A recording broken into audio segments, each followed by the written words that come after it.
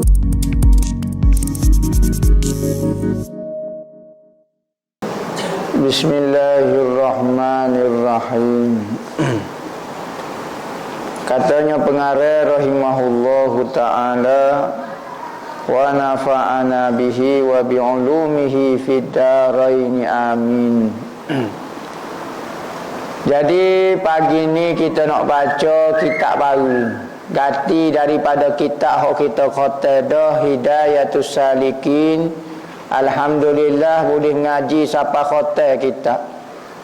Lepas dah so peringkat kedua, peringkat beramal lah pulaknya. Maka alhamdulillah mungkin ada dah puak-puak kita hok beramal. Tak banyak tak apa, sikit pun alhamdulillah. Maka nak beramal ni kena ada ilmu dulu baru boleh beramal. Nak beramal lagu mana kalau tak ada ilmu, karuk semata-mata. Jadi kita sambung kitab baru supaya bertambah ilmu. Kitabnya tajuk biarlah nampak panas sikit yo. Kitab dia bunyi nama tajuk Kesilapan Wahabiyah tentang masalah khilafiyah. Kesilapan maknanya benda salah. Salah menurut nafsu ko, salah menurut puak kita ko, salah menurut dalil. Dari sudut dalil, benda ni salah. Tu kesilapan tu, silap dari sudut dalil dan hujah. Maka kita kata hujah lagu ni silap. Siapa dia hak salahnya? Wahabiyah. Kita tak tuju kepada siapa dia ada ciri-ciri Wahabiyah, dia akan terasa. Kita ahli sunnah wal jamaah kalau terasa juga jalan dah tu, jakit dah Wahabi masuk dalam hati kita. Hak kita heran lagi, ahli sunnah seru hati juga apabila orang kata bab Wahabi. Tak tahu apa, pelik sungguh. Patutnya tak serulah, moga kita tidak sakit. Bubuh obat setara mana, tak sakit, tak ada masalah apa. Comor setahun ambil obat boleh seguni comor. Kita tak sakit, tak ada serogam apa. Cutera kita ada luka, kita ada cedera, tiba-tiba ambil obat, satu luka, oh pedih. Apa rasa pedih lagu tu? Sebab awak ada luka, awak ada sakit, maka akan terasa. Maka kesilapan Wahabiyah ni, kalau kita ni, kalau Wahabi baca terasa sebab dia sakit. Tapi bagi orang sihat, ahlu sunnah wal jamaah, tak ada terasa. Benda pula, silap pula masalah khilafiyah. Khilafiyah ni benda yang berselisih ulama, bukan benda qat'i. Tak ada kita berdebat dengan Wahabi tajuk arak ni haram ke tak. Tak ada. Wahabi tak pernah balah dari sudut arak ni haram ke tidak dengan Wahabi. Sebab benda ini bukan khilaf dah, sepakat ulama. Riba ni haram ke tidak? Wahabi besar mana pun akan dia ayat kata haram. Sebab jelas dah. Zina ni haram ke tidak? Tak ada khilaf ahli sunnah wal jamaah dengan Wahabiyah masalah kata hak benda qat'i. Jadi benda khilafiyat. Apabila benda khilafiyat, kita kena faham kaedah dalam bab benda khilafiyat. Benda itu tidak maksiat.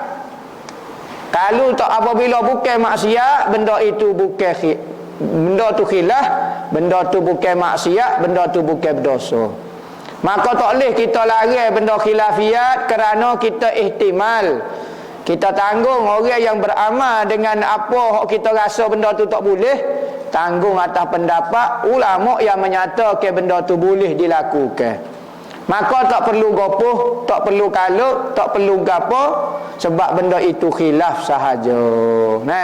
Jangan menentang seperti haramnya berzina. Jangan kita tentang benda khilafiyah itu seperti haramnya minum arak. Hak tu sepakat tak ada khilaf. Tu benda khilafiyat, kesilapan Wahabiyah tentang masalah khilafiyat. Jadi sebelum kita masuk kepada kita niat nak belajar benda khilafiyah ini, tujuan dia sebagaimana guru hamba pesan, Habib Omar pesan, dia kata kita belajar mengenai benda khilaf lagu ni, kita belajar dalil ahli sunnah wal jamaah ni bukan nak berdebat dengan orang. Pertama, bukan kita nak pergi berdebat dengan orang yang tahu dah dalil dia, hadis dia, Quran dia, hamba nak pergi cari mana Wahabi. Gerok. Ketuk pintu rumah gerok. Bangun, hamba nak kecek ni. Ni gila dipanggil. Semangat naik Syekh Rabbana. Tujuan kita bukan nak berdebat, tak boleh pahala pun. Jadi tujuan kita belajar ilmu ni, dalil-dalil hujah Ahlussunnah wal Jamaah ni, supaya apabila kita beramal dengan mana-mana amalan yang Ahlussunnah kata boleh, kita rasa tenang. Rasa tenang kerana benda ni ada dalil rupanya. Ada daripada Quran, ada sumber dia daripada hadis, daripada perkataan ulama. Maka saya baca tahlil, saya mengatik lepas pada orang mati rasa tenang. Biarlah orang dok kata tak boleh kau gapo, hamba rasa tenang sebab apa ada dalil.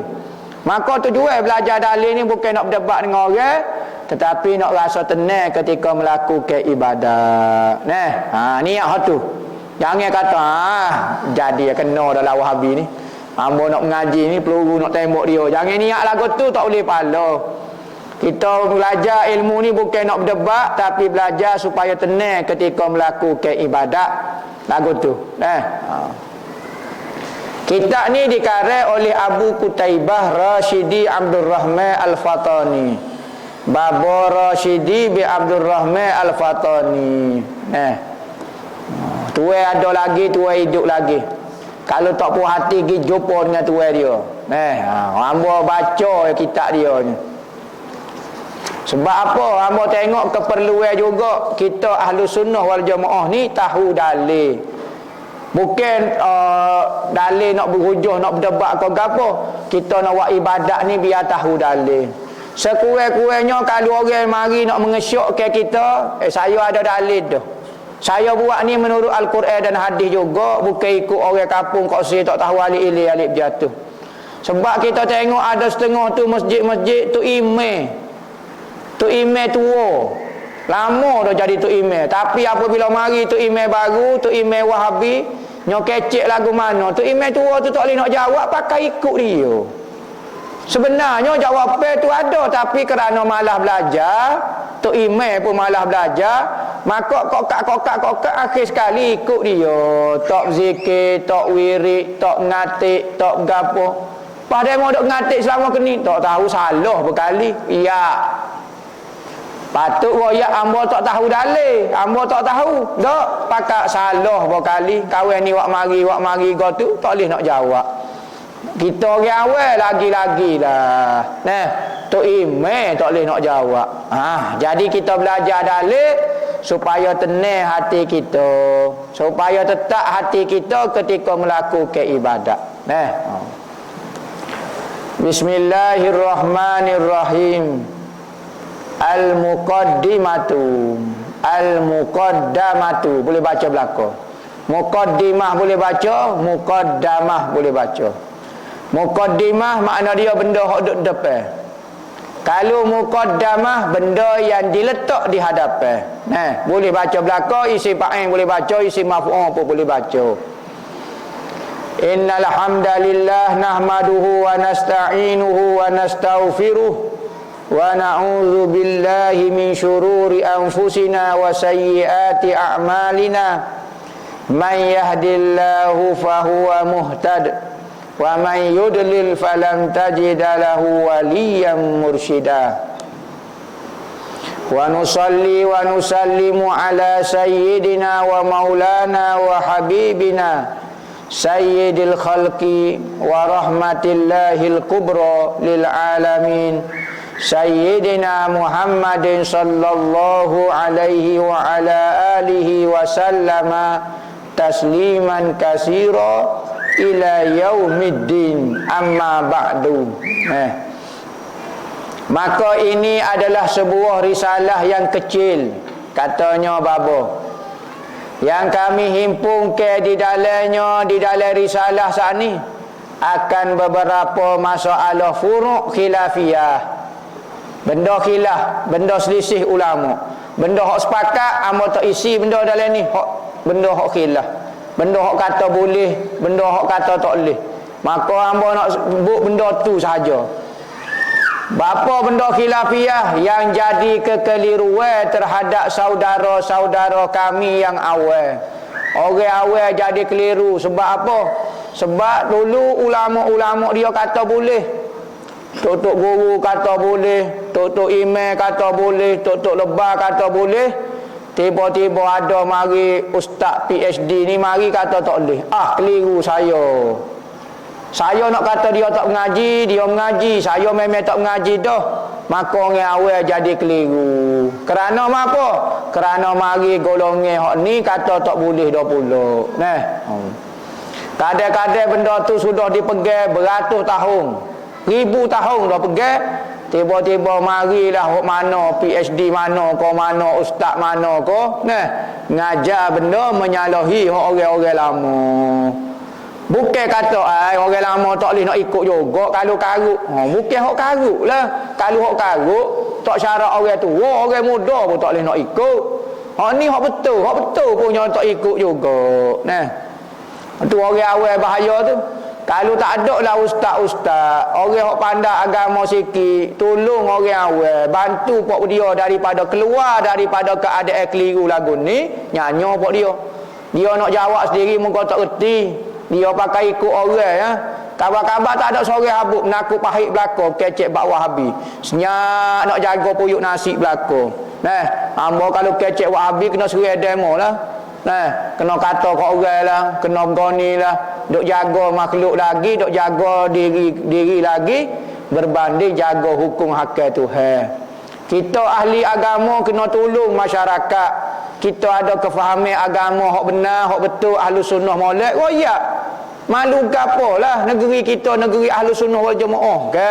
Nah, oh ya kata benda ni salah gapo dia, malu gapo dia, nyopok dia mengajar tak malu-malu pun. Nah, lagu tu. Patu bapa dia ngaji agama salah juga. Bukan kata ngaji agama salah. Orang dalam bidang lain pun ada salah, hok bijak, hok nipu, hok gapo. Jangan buat rasa panik lah. Bapa orang agama baloh.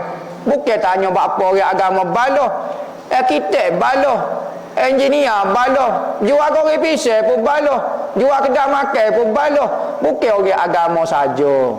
Maka bukan kata Allah ni orang agama ni ngaji agama saja patut baloh. Ya Rabbi, nak ayat mana tak tahu. Nah, doktor baloh. Tak sogilah klinik tu tak jadi tu dia cocok obat tak betul. Baloh pula. Nak ayat lagu mana kalau orang salah kena tegur. Dalam mana-mana bidang pun kena tegur sebab kita ada ilmu, ada kelebihan dalam bab tu kena jawab. Nah, jangan duk kata orang agama saja baloh. Ya kata baloh keliru itu yang membawa kepada berpecah belah sesama kita. Baloh seperti masjid. Hak ni perlu ustaz ahli sunnah wal jamaah, hak ni minat ustaz wahabi. Maka jadilah baloh. Dulu baik, tapi apabila mari seorang makhluk ni mengajar habis jadi baloh. Dulu kalau pergi ngatik pakak, pergi ngatik ramai-ramai. Lah ni separuh pergi, separuh tak segi. Apa? Bid'ah. Bapa kurapak, bapa dosa, bapa tak segi. Lebih-lebih lagi nya di bumi kita fatani Darussalam bumi ibu pertiwi. Bapa moga dia orang petani, dia kata di petani banyak berlaku, bukan kata di petani seluruh berlaku. Bumi Serambi Mekah, bumi yang dipenuhi dengan alim ulama pun baloh juga timbul orang lagu ni. Semenjak zaman berzaman dahulu hingga sekarang zaman ke zaman. Dulu orang alim ramai, kawasan pondok banyak pun baloh juga. Ada juga wahabi kawasan pondok pun. Maka Malaysia ni lagi-lagilah pondok dah kurang dah. Maka wahabi ambil peranan untuk mengelirukan masyarakat. Dah. Orang nak ngaji pondok tak ada dah. Tinggal 2, 3, 4 orang. Hak tu pun hak tak cerdik.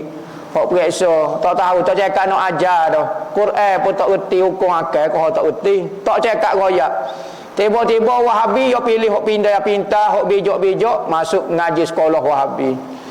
Sekolah wahabi mewah, sekolah wahabi bayar tiket kapal terbang, tiket gapo. Tidakkah kita orang susah nak benda lagu tu? Ngaji pondok dah lah kena bayar yuran. Bayar sikit pun tapi rumah buruk, tak ada gapo, tuai tak semak, semua kena pondok belakang, kotor, macam-macam. Bantuan tak aje bui. maka mapuhlah pondok. Sebanyak-banyak pondok hok bertahan sikit tok guru nyok juga biarlah.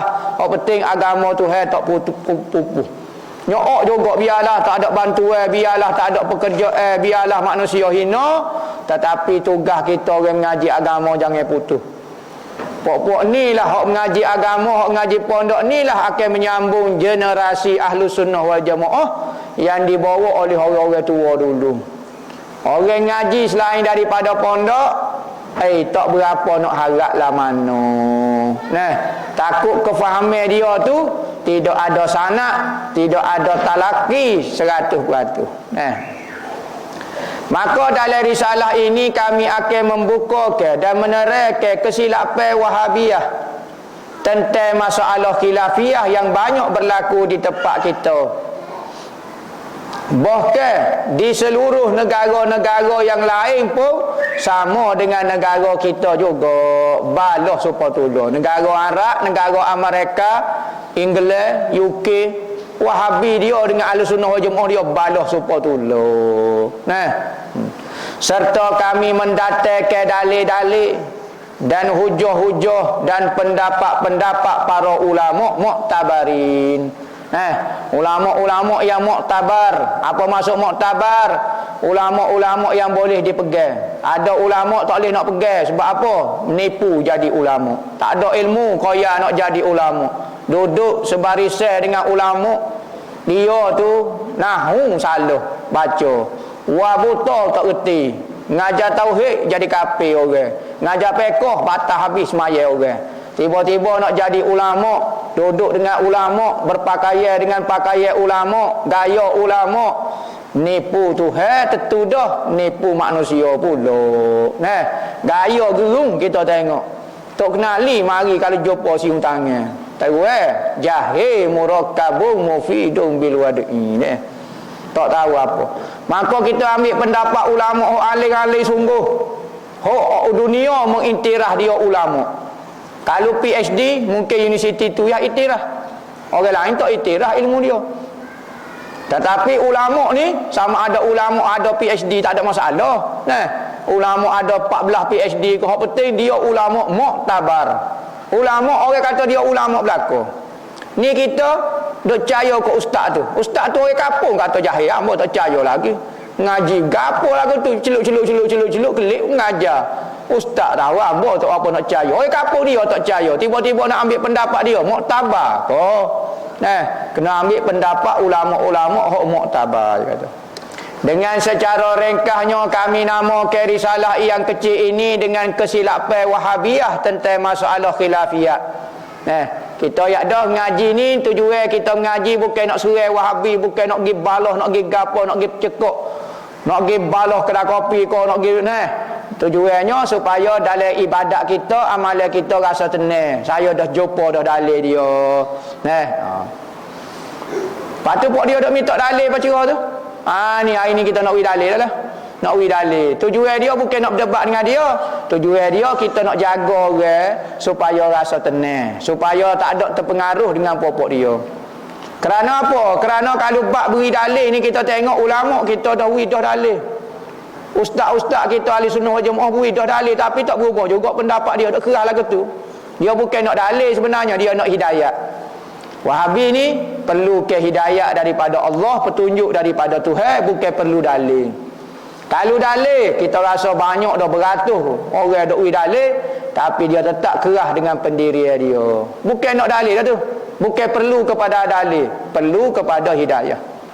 Maka dengan risalah yang kecil inilah akan memberi penjelasan kepada pembaca-pembaca sekalian agar kita sekalian dapat tahu mana yang betul dan mana yang salahnya. Dan juga bahawasanya segala amalan-amalan yang dilakukan oleh orang-orang tua kita dahulu itu adalah betul dan tidak salah. Bukan seperti mana yang dikatakan, yang disangkakan oleh golongan Wahabiyah, kata tu imam saja, tu imam tua, duk ikut orang-orang tua. Petua lah berapa dia, salah belaka, karut belaka. Kita ni muka orang awal, tak tahu ikutlah dia. Maka katanya baba kata tak suruh ikut. Orang tua kita betul hak dia buat. Ni hamba nak mari dalil orang-orang tua kita. Memohon kami akan Allah Ta'ala bahawa dijadikan amalan kami ini, yakni mengarang kitab ni bersih bagi wajahnya yang mulia, bagi zatnya yang mulia, bagi Allah Ta'ala. Dan bahawa adalah ini amalan dimakbulkan di sisinya, yakni penulisan kitab ni diterima di sisi Tuhan jadi amal kebajikan, dan dijadikan sebab pada selamatnya kami pada hari kiamat apabila ada kitab ni, sekurang-kurangnya jadi pahala kebajikan dan hamba selamat daripada api neraka Tuhan yang tiada manfaat olehnya harta dan tiada anak-anak dan keluarga. Pada hari itu tak ada faedah harta, tak ada faedah gapo, tak ada faedah gapo. Anak-anak pengikut, ramai pengikut dia, ramai follower dia, tapi tak ada amalan, tak ada faedah langsung. Keluarga ramai ke, keluarga orang kaya ke, tak ada faedah. Iaitu hari balasan Allah Ta'ala, dan bahawa dijadikan amalan kami ini sebagai bekalan kami di akhirat nanti. Wa sallallahu ala sayyidina wa habibina Muhammadir Rasulillah wa ala alihi wa ashabihi wa man tabi'ahum bi ihsanin ila yaumiddin. Subhana rabbika rabbil izzati amma yasifun wa salamun alal mursalin walhamdulillahi rabbil alamin.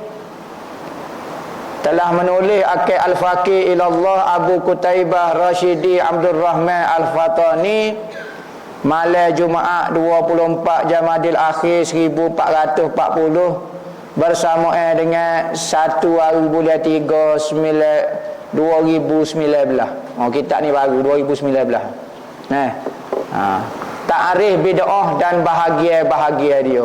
Kena tahu bid'ah dulu.